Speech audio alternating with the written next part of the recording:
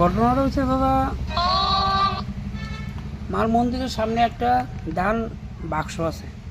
এই বাক্সটার মধ্যে সবাই এসে মারে প্রমাণ টমান করে, প্লাস কিছু টাকা খরচা দান করে। তো বাইরে থেকে বাক্সটা দেখা যায়। তো কালকে হঠাৎ করে রাত্র 12টা পর্যন্ত তো আমরা সজাগ হই, বাড়িতে খাওয়া দাওয়া করতেছি, ঘোরাঘুরি করতেছি। তখন সকালবেলা দাদা পূজা দিতে আসে, গোপাল তানের নাম গোপাল দেবনাথ।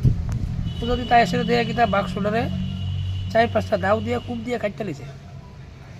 কাটতে অবশ্য আমার মনে হইতেছে কোনো কাঠের ভিতরে আঠাটা লাগাই সেটা টাকাগুলো শক্তি বাইর করে লেছে, আর বাক্সটারে পাল্টি করতে পারছে না। কিন্তু গ্রামের ভিতরে যদি এই সমস্ত ক্ষয় তুলে মানুষ যাইব কই, শ্রদ্ধা থাকবো কার উপরে কোন? এই জিনিসটি তো প্রশাসনেরা ভালোভাবে তদন্তভাবে এটা দেখা উচিত।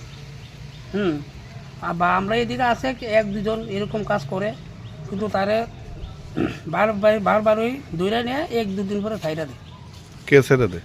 ওই তো থানার থেকে ছাইরা দেয়।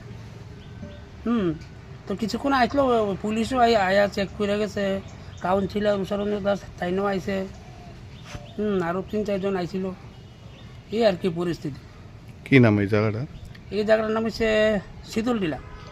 এই মাঠটার মধ্যে কোনো নেশার কোনো আড্ডা হয় না, এই মাঠে কোনো হয় না, হয় মানে ওই পাশে স্কুলের এদিকে সাইডে। স্কুলটা খোলা তো, বাউন্ডারি টাউন্ডারি নাই। পুলিশে কোনো টল ধরে আছে না রাতে আধারে? পুলিশ তো মাঝে মাঝে আইলো, ওই 8টা 9টার দিকে আইয়ে গাড়ি লইয়া জায়গা সাজছে। কি মনে করতেছেন কয়টার দিকে হইতে পারে চুরিটা?